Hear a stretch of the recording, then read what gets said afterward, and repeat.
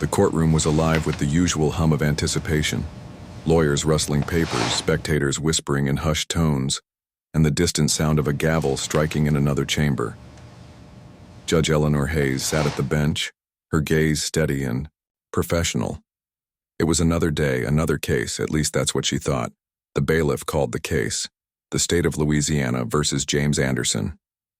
Eleanor shifted slightly in her seat, her hands resting on the polished oak of the bench. She glanced at the papers in front of her. Assault, robbery, resisting arrest. A familiar ache of disappointment settled in her chest. Another lost soul, tangled in the system, she thought. When the defendant was brought in, her world tilted. The man standing before her, shackled at the wrists and ankles, was not a stranger. He was James Anderson. Her James. Her throat tightened as a flood of memories surged forward. The summer afternoons they spent racing bicycles down the dusty streets of Hammond, Louisiana. The late-night talks under the magnolia tree in her backyard. The promises they made as kids to always have each other's backs, no matter what. But the man standing before her wasn't the boy she remembered. His shoulders were hunched, his face lined with years of hardship. Yet his eyes, those deep, soulful eyes, were unmistakable. Eleanor's grip on the gavel faltered. For the first time in her career, she hesitated. The room seemed to shrink, the walls pressing in as she tried to process the impossible. James looked up, his expression a mixture of shock and resignation. Recognition flickered in his eyes, but he quickly looked away, his head bowing slightly. The courtroom waited. Eleanor forced herself to speak. "Mr. Anderson, you stand accused of assault and robbery. How do you plead?" James's voice was rough, almost unrecognizable. "Not guilty, Your Honor." Her heart pounded. She wanted to stop everything, to demand answers. What had happened to him? How had their paths diverged so drastically? But her role as a judge demanded composure. "Proceed," she said, her voice steadier than she felt. As the prosecutor began their opening statements, Eleanor's mind raced. This wasn't just any case, this was James. And somehow she had to figure out how to separate her past from her present before it was too late.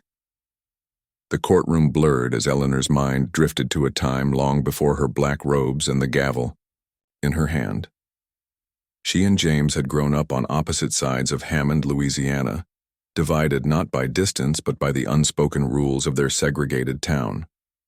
Her family's house was a modest one-story with a white picket fence, while James's family lived in a weathered home at the end of a dirt road, surrounded by fields. Their friendship had been an anomaly. She remembered how they met, an accidental encounter at the edge of a creek where she had wandered too far from her own backyard. James had been fishing, his line tangled in the reeds.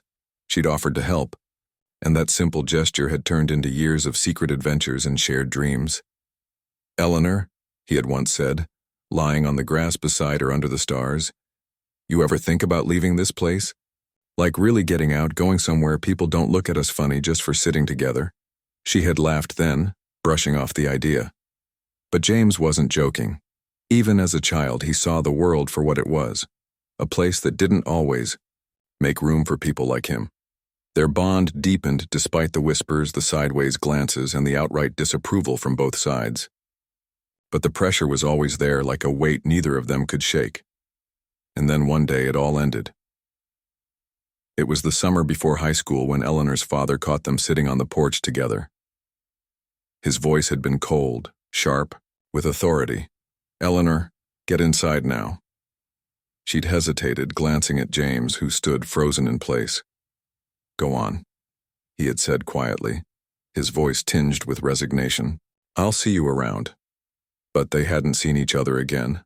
Not really. Her father forbade her from going near James, and soon after, James's family moved away. Eleanor threw herself into school, her ambitions carrying her far beyond the town of Hammond.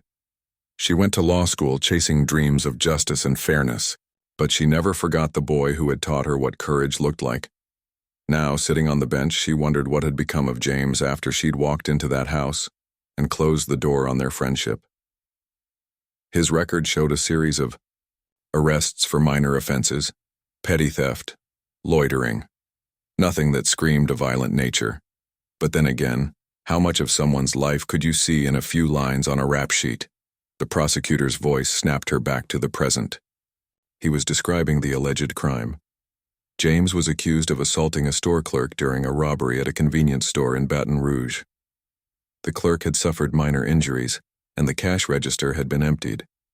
James was picked up a few blocks away, the cash allegedly still in his possession. Eleanor studied James as the prosecutor spoke. His posture was slouched, his hands clasped in front of him, but his expression was unreadable. Did he really do it? Or was there more to the story than what the prosecution claimed? The courtroom adjourned for a lunch break, giving Eleanor a moment to gather her thoughts. As she returned to her chambers, her assistant Margaret approached, with a hesitant expression. "Judge Hayes, are you okay?" "You seemed a little distracted," Margaret asked. Eleanor hesitated. Should she confide in Margaret?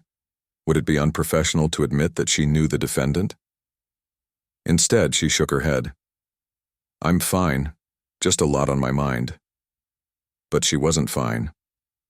How could she be when the past she'd buried so deeply was sitting, just a few feet away, waiting for her judgment?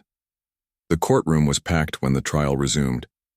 Reporters scribbled notes, the clerk shuffled papers, and the prosecutor, a sharp-faced man named Richard Powell, was ready to deliver his case. "Ladies and gentlemen of the jury," Powell began, his voice firm, "this case is about violence. It's about a man who walked into a convenience store and, without provocation, attacked an innocent clerk before stealing the cash register contents. The evidence will show that James Anderson is guilty of this crime." Eleanor felt a knot tighten in her stomach. The prosecutor's tone was clinical, detached, as if James were nothing more than a name on a docket. She glanced at James, whose gaze remained fixed on the table before him. The defense attorney, Lisa Porter, rose to present her opening statement. She was young, but confident, with a voice that carried across the room. The prosecution would have, "You believe this case is straightforward, but it's not. My client, James Anderson, has maintained his innocence from the start. We will show that there is more to this story, and that assumptions made on the night of the arrest do not hold up under scrutiny." The first witness was called to the stand, a store clerk who had been working on the night of the incident. He described seeing a man fitting James's description enter the store, argue with the cashier, and then lunge over the counter. His testimony was detailed, but something about it felt rehearsed. Lisa's cross-examination was surgical.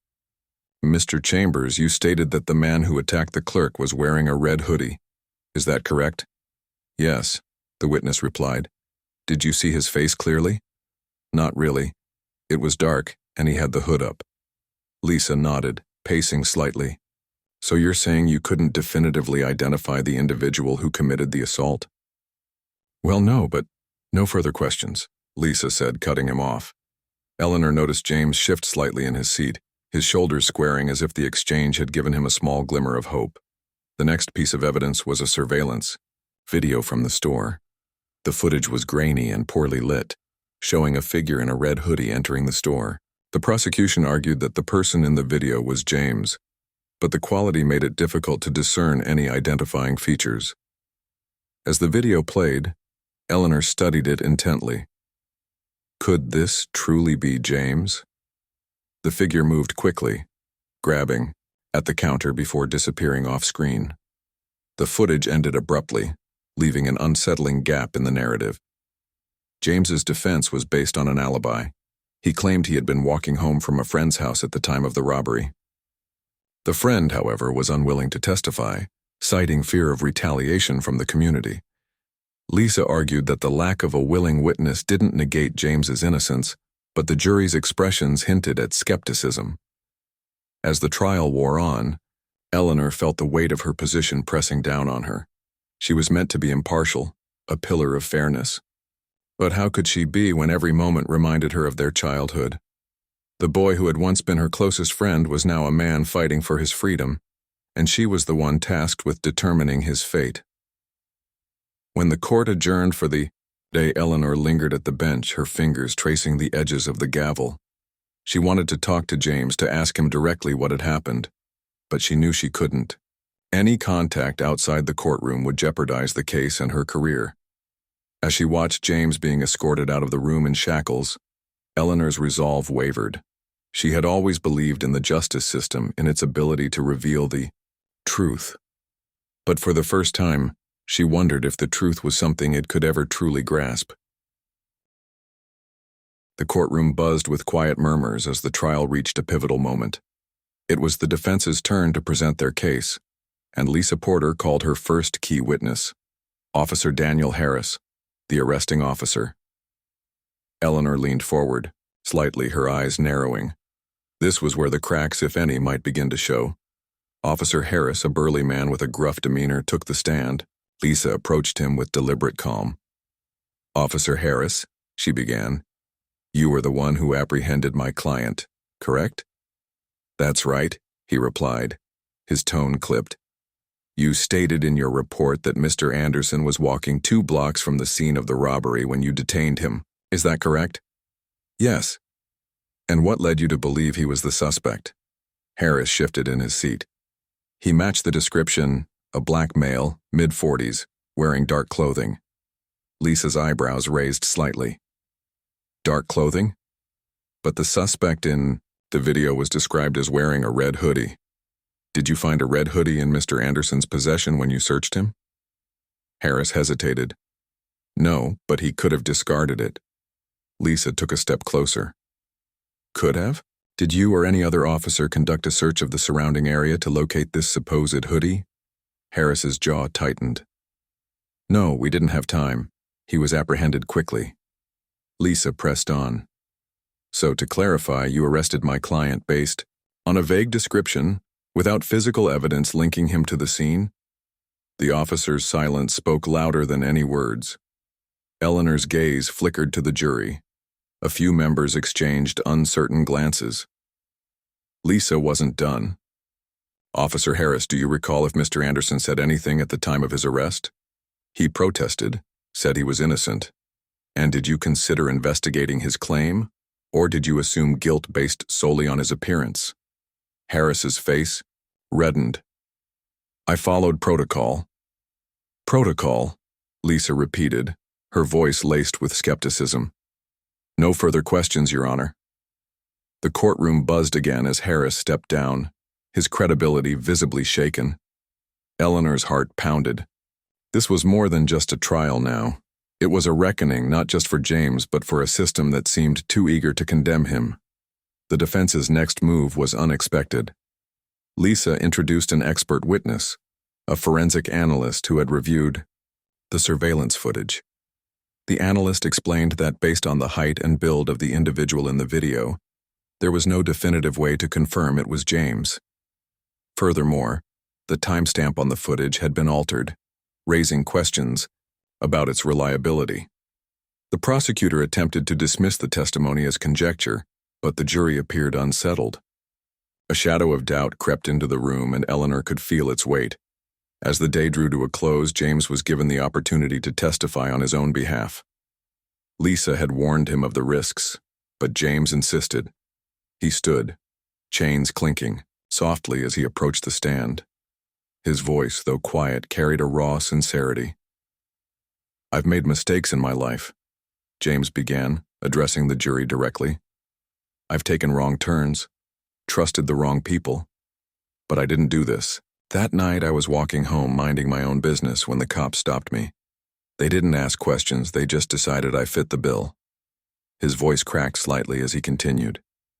"I've been fighting my whole life, fighting to be seen, as more than what people assume about me. But this, I'm tired. I just want the truth to matter." Eleanor's throat tightened as James sat back down. His words hung in the air, a plea not just for justice, but for humanity. She glanced at the jury.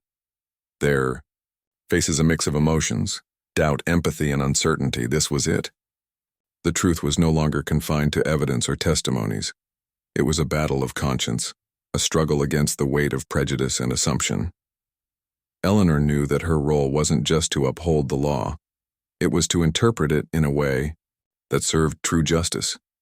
The final day of the trial dawned heavy with anticipation.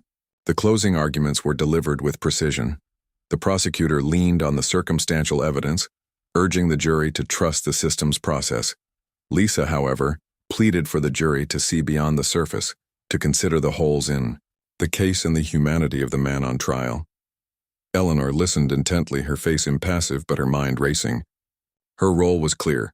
She could not sway the jury, but she would have the final word if their verdict left room for interpretation. The burden of ensuring justice weighed heavily on her.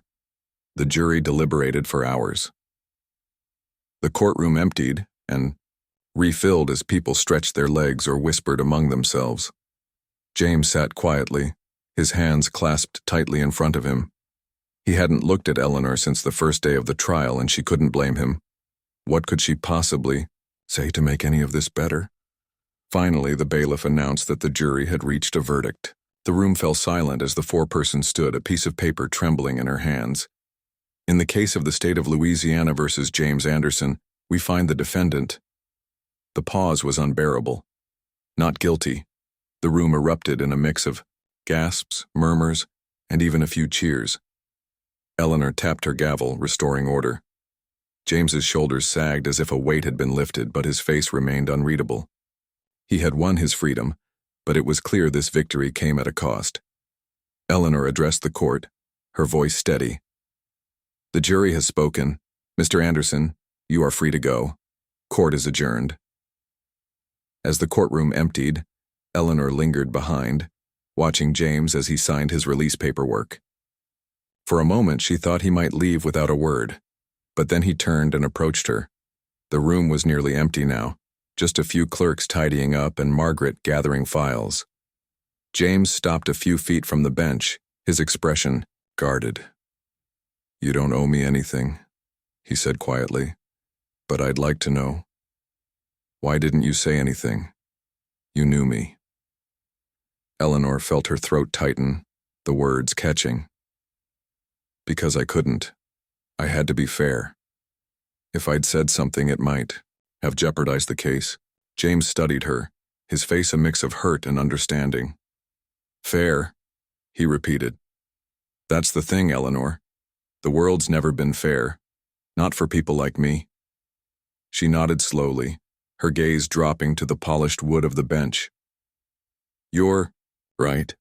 I wish I'd done more back then. I wish I could have done more now." James sighed, the tension in his posture easing slightly. "We were kids. We didn't know any better. But you know now, don't you?" "I do," Eleanor said, her voice firm. "And I'm sorry." James gave a faint nod, then turned and walked away, his back straight as he disappeared through the courthouse doors. Eleanor sat alone in the empty courtroom, the weight of his words pressing on her. She had upheld the law, but the trial had revealed a deeper truth. Justice wasn't just about verdicts and evidence. It was about the lives shaped by systems far larger than any one person. For Eleanor, it was a wake-up call, a reminder that her position wasn't just a seat of power but a platform for change. As she left the courtroom that evening, the fading sun casting long shadows across the courthouse steps, Eleanor made a silent vow. She couldn't change the past, but she would do everything in her power to ensure the future held more than hollow promises of fairness. It would be hard, perhaps even impossible, but she owed it to James and to herself to try.